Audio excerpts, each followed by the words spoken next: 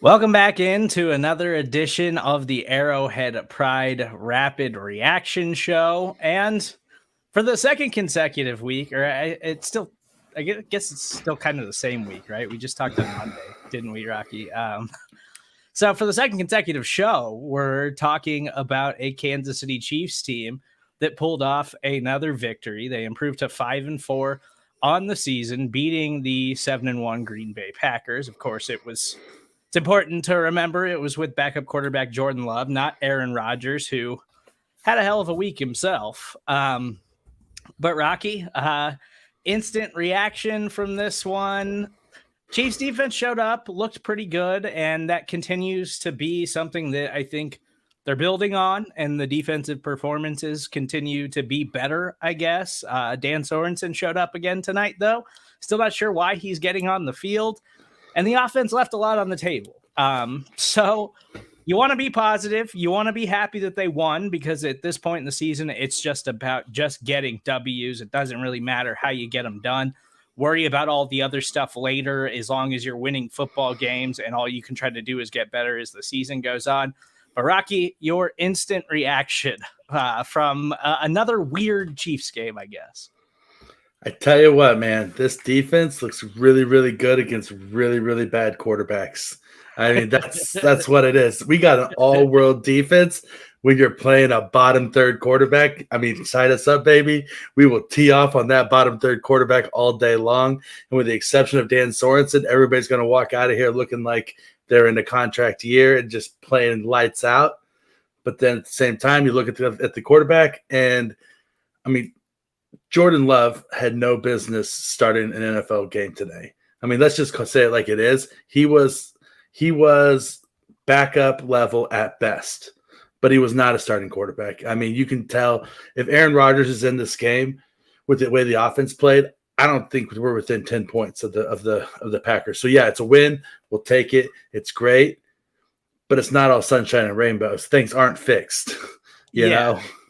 And, I picked the Packers to still win this game, even with Jordan Love, because I just haven't seen enough from this Chiefs team to feel confident in picking them. And I've been kind of hard on them over the past week after a win against the New York Giants, because I just thought that game looked like it was between two bad football teams. And, they get this one too, and it's ugly, and it was not fun to watch. And it seems like that's a recurring thing with this offense. Now, we talk about it each and every week.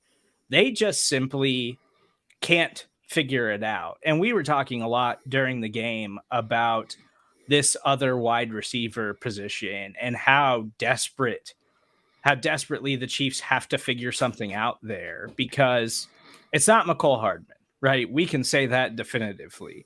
And Josh Gordon, I think he only had the one target in this game that wound up getting batted down. He looks big on the field.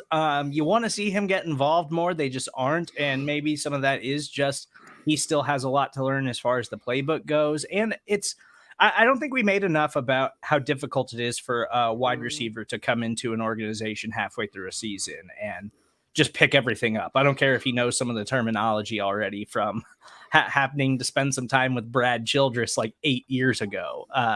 It's hard to pick that stuff up and be productive out of the gate. But this Chiefs offense does not look like it's figuring things out right now. And Patrick Mahomes had another bad game where it was just like, it felt like you just wanted to slap yourself again for the second consecutive game, where he's just off target. It just doesn't feel like they can get anything going, like they can find anything that's sustainable outside of that first drive, which is what happened again today.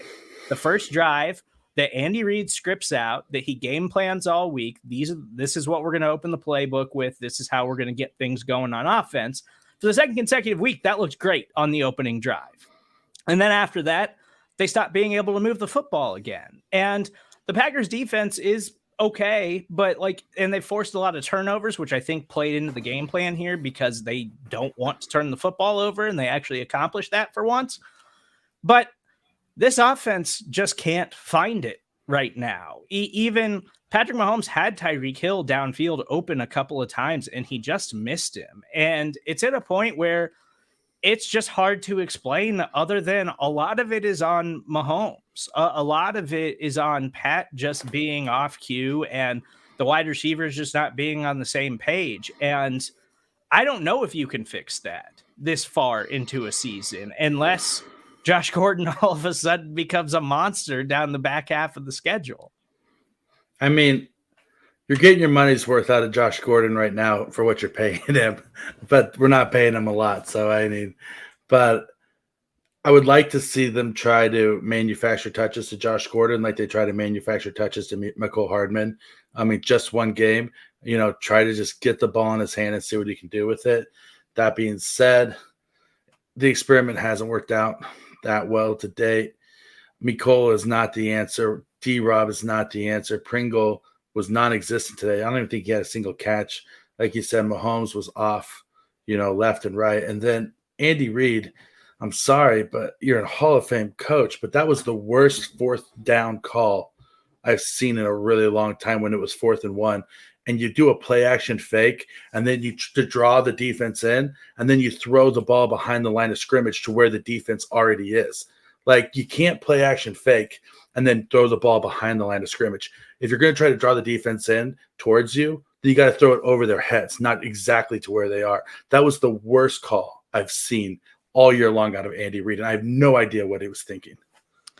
Yeah, it wasn't great. And some of this, I think, is on Andy where, things seem to be working and then Andy stops running the ball.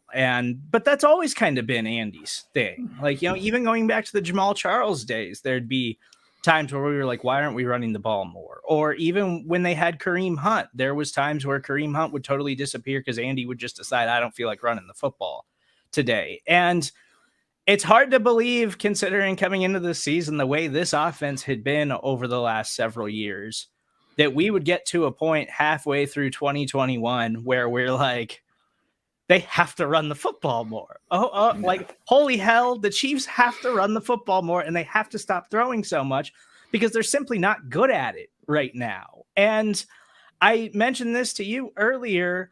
We've seen the Philadelphia Eagles, and they took the Chargers down to the wire. The Chargers were able to pull off a game-winning field goal. And they currently sit atop the AFC West now after the Raiders lost to the Giants today. They continue to not want to run the football. And what I mentioned to you was this Eagles team refused to run it when they simply couldn't pass the ball. And we saw for weeks and weeks and weeks, they can't throw the ball. What is new head coach Nick Sirianni doing in Philadelphia? Run the football. You guys are better at that. That'll open up your offense. Right now, the Chiefs are just better at running the football than they are passing it. And it seems like if you just establish your running game, maybe that'll take some pressure off of the passing game and off of Mahomes. And maybe that'll free up some of the downfield stuff, because it's been weeks now where we see you can run. You can run. The defense is going to let you run. They're going to give that to you each and every week. You can average 5 yards per carry, and you'll do it early in the game, and then you get tired because you want to put up points and you want to score and you want to be the Chiefs of old, and you're just simply not that. Like, you have to totally readjust the way you play offense right now. And maybe the passing game comes back to life later in the season, but that's just simply not how they can win football games right now. They just look like a barely functioning offense, and it seems like it's getting worse each week. It is. It's going backwards. And you know what you call an offensive drive where you average 5 yards per carry? A touchdown drive. Like, that's just simply as it is. Like, if you feed the rock and you're getting over 3 yards a carry, you're going to get a touchdown on every single drive. It's just mathematics. I mean, all you got to do, Andy, is until they come up on the line on you, make them be honest. Just it's week after week, and like you said, this offense is going backwards right now. It seems at this point, Mahomes isn't right. He still isn't trusting his eyes. He's still off target with his throws. He had that game-sealing pass where finally he looked like Mahomes. Mahomes had one Mahomes play today, and it was when we need it most. And it was almost like he was like, enough is enough. I'm just going to go out there and be Mahomes. But here, that's the whole thing is, if you're going to be Jordan, then you're Jordan consistently. You're not Jordan only when you need to be. You know what I mean? Like every now and again, like, you got to go out there consistently and be the best if you want to be best. Yeah, and I think it's fair to like wonder how much Mahomes has on his plate right now, like personally. Like I'm not saying that that's what's affecting his play, but when you think about the fact that he's a 26-year-old, he's still young. I know I wasn't all put together at 26, and I'm 32 now, and I'm still not all put together. But you think about where he was at such a young age, and he's 26 years old right now, face of the most popular sport in our country, and he's getting married, he's having a child, has the weight of a city and a franchise on his back.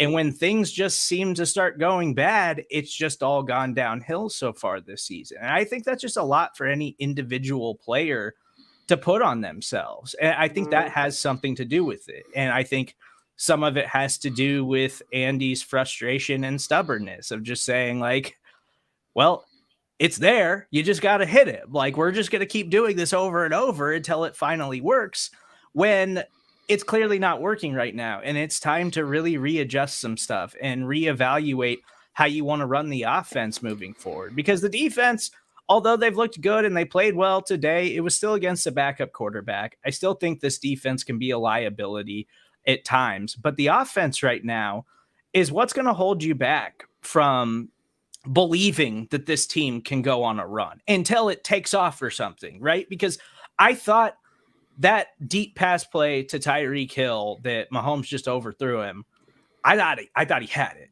I thought he had it when that ball left his hands, and I was like, there it is. There it is. That's going to be it. That's going to be the thing that takes this thing off, that finally kickstarts this offense. And he missed him. And I was like, well, okay, yeah, that's basically how this season has been then. Just can't hit him. Just can't find a way to make the connection. Then he did have that throw at the end of the game to seal it. So I guess if you're looking for a positive, it's that he looked like himself on that play. And you're like, okay, there's Patrick. There's the Patrick that we know. But it just seems like the Chiefs are putting too much on him right now. And like Andy's got to do more to just say, okay, we don't need you to do everything, Pat. We just need you to function, and we need to not turn the football over, and we can score points and then just try to manage the lead like we did with Alex Smith. And it's crazy that we are at a point like that, but it seems like that would be the smarter, more strategic thing for the Chiefs to do at this moment, is kind of treat these how you treated Alex Smith and try to get an early lead with Andy's rock solid early game scripts, and then just try to hang on to that lead. And then if you need to unleash Mahomes, you could unleash him. But that way you're not putting a full game of pressure on him to, oh, we got to go drop 35. We got to go put up 40 every week, because that's just not getting it done, and it's not working. So there's no point in continuing to try to do it. We're 9 weeks into this thing and it's not working. I think it's safe to say we've got a large enough sample size that it's just not going to work that way this season. No, it's not. I think, to your point with Mahomes, I mean, I have a 9-month-old son, and I am tired every single day. I am woken up in the middle of the night every single day. And you look at Mahomes on every press conference, he looks exhausted every single day. And I'm not saying that that's the reason for everything that's happening, but he has a ton on his plate, and he is a new father. And that's an exhausting phase of your life. Is it an excuse? No, because you're being paid to go out there and perform. But at the same time, he is a human, and he is still at his ceiling, the best player in the NFL. So, yeah, I mean, every great quarterback in history has had bad years. This may be, we're look back on this in 10 years and say this was Mahomes' down year. You know, that's fine. But because of that, you got to find ways to be productive and to switch it up if you are Andy Reid. I would love to see them go with more hurry up. You know, if you get the ball going downfield, don't huddle up. Just keep the pressure on the defense, man. Just keep going and going and going, you know, and make them make the adjustment to you instead of you giving them time to switch out, you know, sub packages. Yeah, and again, we're not in any way like critiquing everything that Patrick Mahomes has going on in his life. That's just the way life is. Like sometimes you got a lot of stuff going on and you got to manage a lot, and he's managing a lot right now, on top of the fact that every person in Kansas City is frustrated with how this team is playing and the way that they began this football season. So it's just a lot, and you got to do whatever you can to try to get him right, because yeah, quarterbacks have down seasons. We've seen Aaron Rodgers have bad years. And then, he put together that MVP season last year. But the season before that, if you guys remember, we were saying, is Aaron Rodgers done? Is Aaron Rodgers cooked? Like, is this his last year in Green Bay? Are they going to let him go? Or is he going to sign somewhere else? Because he looks like he's done. And then Aaron Rodgers came back and had an MVP caliber year. And that's the way it goes. There's ups and downs in the NFL. It's just that the highs throughout the first few years of Patrick Mahomes' career were so high that you didn't think there was any way they could ever be down. And it's down right now. And we just kind of have to accept that sometimes guys just have bad years. The NFL, it's really hard to win every single year. And when you've been as successful as they have been for the last 3 or 4 years, it's tough to continue to do that. And we're seeing right now that they're really struggling. And it doesn't seem like they've got a lot of answers to how to turn things around because the passing game is just simply broken right now. And I think you can fix it a little bit, but at the end of the day, I think it's going to continue to be a problem because what we're seeing right now and their inability to make adjustments and to tweak the offense within the game and within the flow of what the defense is doing against them, I don't see how you can win in the postseason if you can't do that in the regular season. And they're not doing it against bad teams. If you can't do that against bad teams, then what are you going to do when you're actually playing playoff caliber teams, right? So I there's obviously still a ton to work on. This game still left a lot to be desired, just like last week did against the New York Giants. But if we do want to take a positive from this thing, the defense did play very well overall, outside of Dan Sorensen giving up that one touchdown to Alan Lazard. Don't know what the hell he was doing. He just said, all right, Alan, I'm gonna dive at you, and we'll see if I push you out of bounds or you might go for a touchdown. And Alan just ducked him and ran it in for a touchdown. But other than that, there was a lot of things to like about the Chiefs' defensive performance in this one, even going against a backup quarterback in Jordan Love. L'Jarius Sneed had an absolutely filthy interception. I thought Charvarius Ward was fantastic. He had a defensive holding penalty, but I thought it was kind of a weak penalty. And other than that, I thought Charvarius Ward looked great today. Melvin Ingram had an impact. Chris Jones and Frank Clark, both disruptive again for the second consecutive week. So you like to see all of that from this defense. I still think that they could be a liability at points, but at least they're showing signs of improvement, right? Like at least they're doing something positive. I tell you, this was the L'Jarius Sneed game in my mind on the back end. I mean, him and Rashad Fenton, even Rashad Fenton, I thought had an excellent game. But this was the Sneed game on the back end, man. He was the best. He was clearly the best player on either team's secondary today, I thought. You see the impact, man. Just keep Chris Jones inside. You have a healthy Frank Clark and Chris Jones on the interior. Suddenly, Jaron Reed looks a lot better. Derek Nottie looked a lot better. And then, like you said, Melvin Ingram's already showing that he was the guy that we probably should have given him whatever he wanted in the offseason to sign with us and not let him leave Kansas City in the first place. I think if we have Melvin Ingram from week one, maybe a lot of the conversations that we've been having aren't had because we have a legitimate second defensive end on this roster. As far as Sorensen goes, I'm trying to make a concerted effort to, like, if I don't have anything nice to say, just not to say anything at all. So I'm going to go ahead and just pass on Sorensen today because be mean, Rocky. He deserves it. He deserves it. He and Spags deserve it at this point for putting him on the field each and every week. Okay, well, here's the thing. I respect you for your service. Thank you for your service, Dan. But at some point, you have to tell people they're retired. You know, you have to thank them for their service, all the big plays you made for us. God bless you. Here's the rest of your salary paid out in full. Here's your check. Here's your walking papers. I'm sorry you're not allowed on the field anymore. We can say that you came down with a hamstring injury. Let's say you have a hamstring injury, Dan, and then you can stand on the sidelines for the rest of the year. But you can't be on the field. You can't ever be on the field again. And Spags, if I'm Andy Reid or I'm Clark Hunt, even, I'm saying, Spags, don't you dare put that man on the field ever again. Don't do it. Cross me, Spags. Just cross me just once. It feels like that's what has to happen. Like we talked about it on Show and BK on the Arrowhead Pride Podcast Network, that we felt like when they first started putting Thornhill in more And when it was like, okay, everything came to a head, and we were like, there had to have been a conversation this week between Andy and Spags about like, Juan needs to stop putting Dan out there. Yeah, and it feels like they got to have that kind of conversation again and just be like, listen, Dan just can't be on the field. Like we'll give him to Tobe.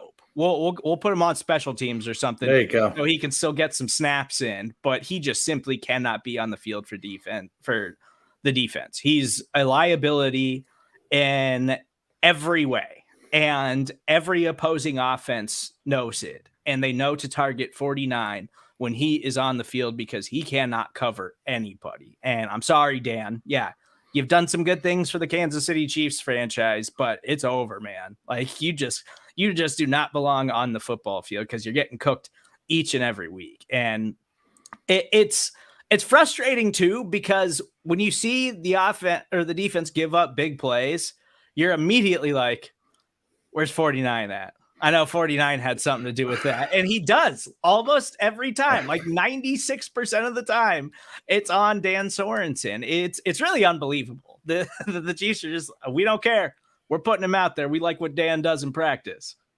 More than anything, I'm angry at Dan Sorensen and Spags and the Chiefs for making me feel the way that I feel about Dan Sorensen on the football field. You did this to me, Dan. I didn't want to get to this point. I didn't want to feel this way about you, but you put me in this situation. You made your own bed with this. Ben Neiman, same way. Like, I don't want to have to actively dislike people that are on the Chiefs. I'm a big fan of the Chiefs. Don't make me do it. But every single week, you do things that make me say, Dan, like, don't do this to me, Dan. I have no words for the amount of frustration that Dan Sorensen puts in my body on a weekly basis. This comment from Ty, give Armani Watts a shot. Not even joking. I was just about to bring him up. Like, can we see what Armani Watts has? Is Armani Watts healthy? I don't even know if he's healthy right now, but if he is, can we see what he brings to the table over Dan Sorensen at this point? Because it's just not working. It's over, man. And, I'd like for them to stop playing Ben Neiman too, but they keep doing it. And Ben Neiman's a liability himself, but he's not as bad as Dan. Like he just has not gotten cooked as much as Dan has, but Ben Neiman's got his own problems.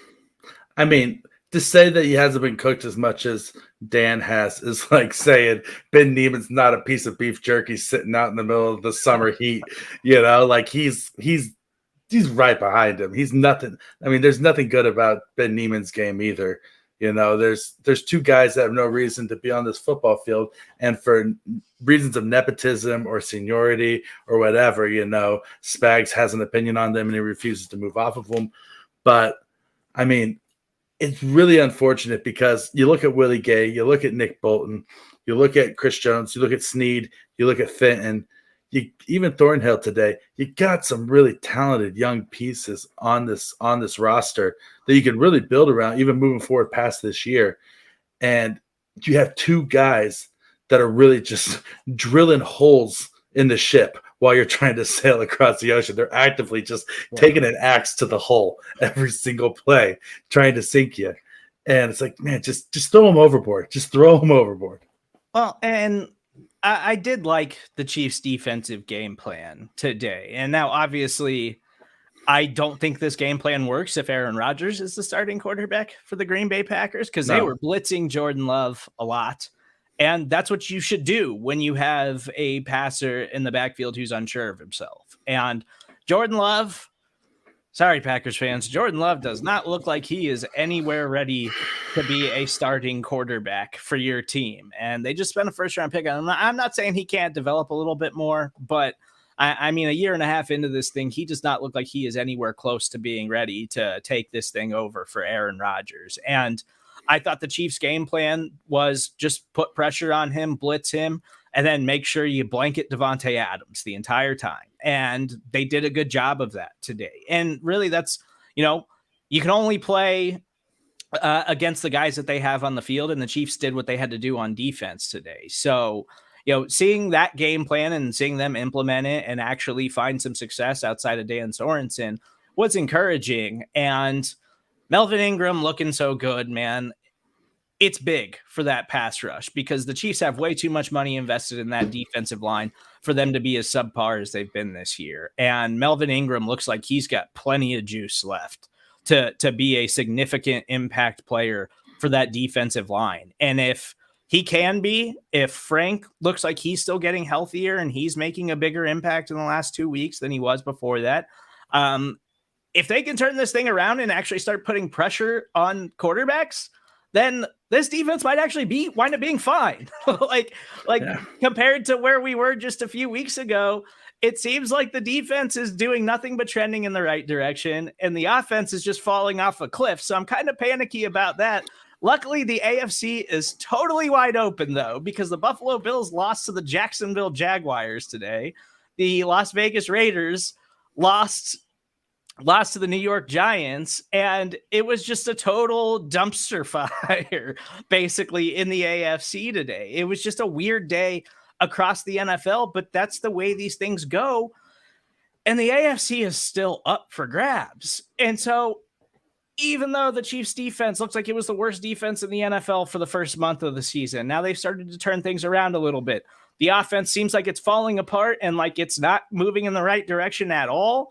But you still want to believe that that's the thing that they can fix eventually because it's the Chiefs and it's the Chiefs offense and Patrick Mahomes and Andy Reid. And then this AFC is so wide open, you can't write the Chiefs off. Like, even though they're struggling right now, they're still finding ways to win. And no one in the AFC at the moment wants to be the best team in the AFC. And that's got to play into the favor of the Kansas City Chiefs. Yeah, I mean, there's so much parity in the AFC right now that nobody wants to just stake their flag and say that we're going to be the new Chiefs of this year, and they're just letting the Chiefs hang around. Going back to the defense today, I wrote in my prediction for the game. I chose the Chiefs because I said I would put 8 men in the box every single play. I thought that if you played the same defense against this Packers team that you played against the Tennessee Titans that didn't work at all, and just said, you know what, Aaron Jones, you're gonna have to run for 150 yards today if you want to beat us, and then put heat on Jordan Love and make him make the quick decisions, which we know now he definitely can't do. That this is how you beat the Packers. Looking at the division, I mean, it is wide open. It's there for the taking, and I think that the good thing is the problem is with the best player on the team. Like, I mean, in a way, that is the good thing, because at any point in time, he can work his way out of it. You know, he can swing his way out of the slump. And then if he gets hot, then suddenly the Chiefs are a whole other different team than we saw tonight, right? You know, yeah. But that's dependent on Mahomes swinging his way out of this slump, you know. So maybe with the bye week coming up, you know, he'll be able to work on some things and get himself out of it. But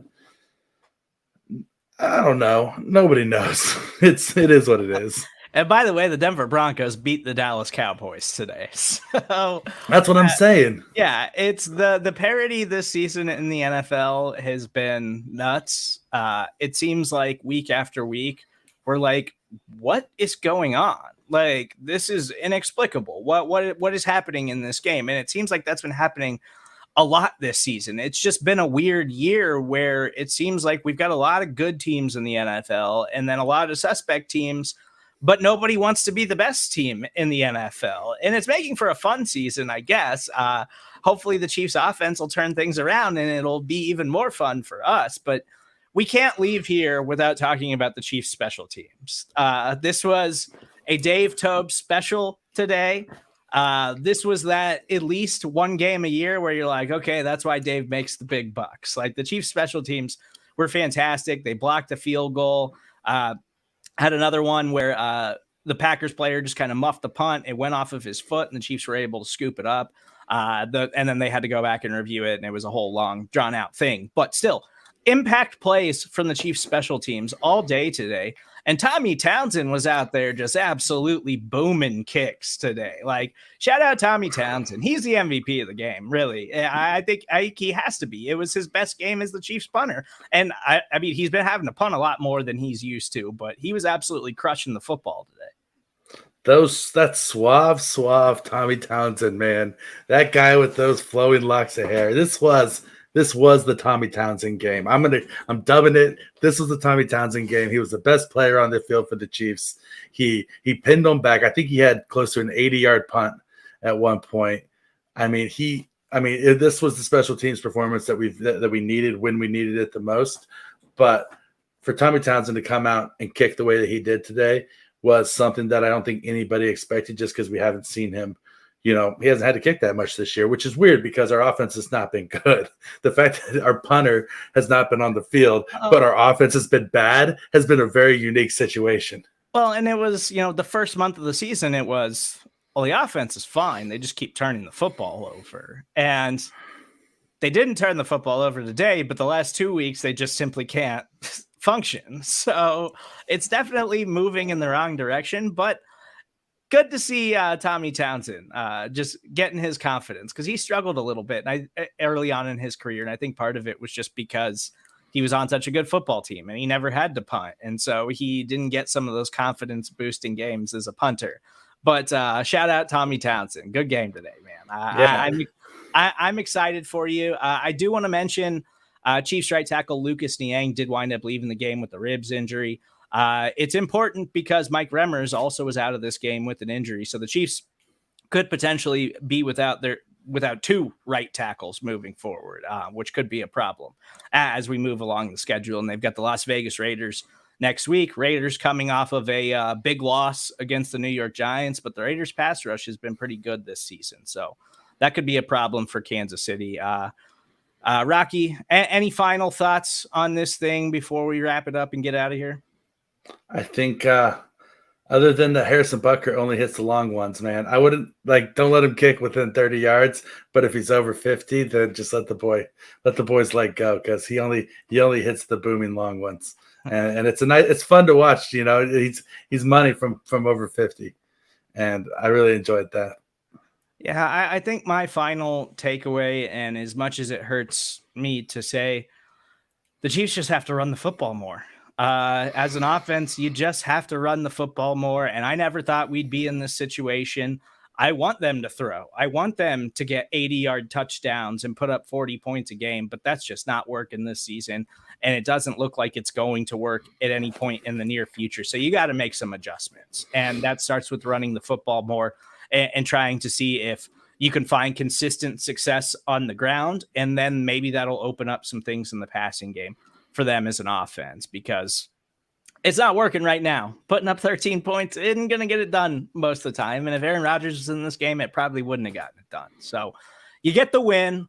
That's all that matters. Improved to 5-4. Didn't lose any ground in the AFC West, because it's all kind of a jumbled mess in the AFC in general right now. So big win for the Kansas City Chiefs with some ups and downs, but we tried to look at the positives, and sometimes you got to focus on the negatives a little bit in this one. We really appreciate you guys listening to the Arrowhead Pride Rapid Reaction Show.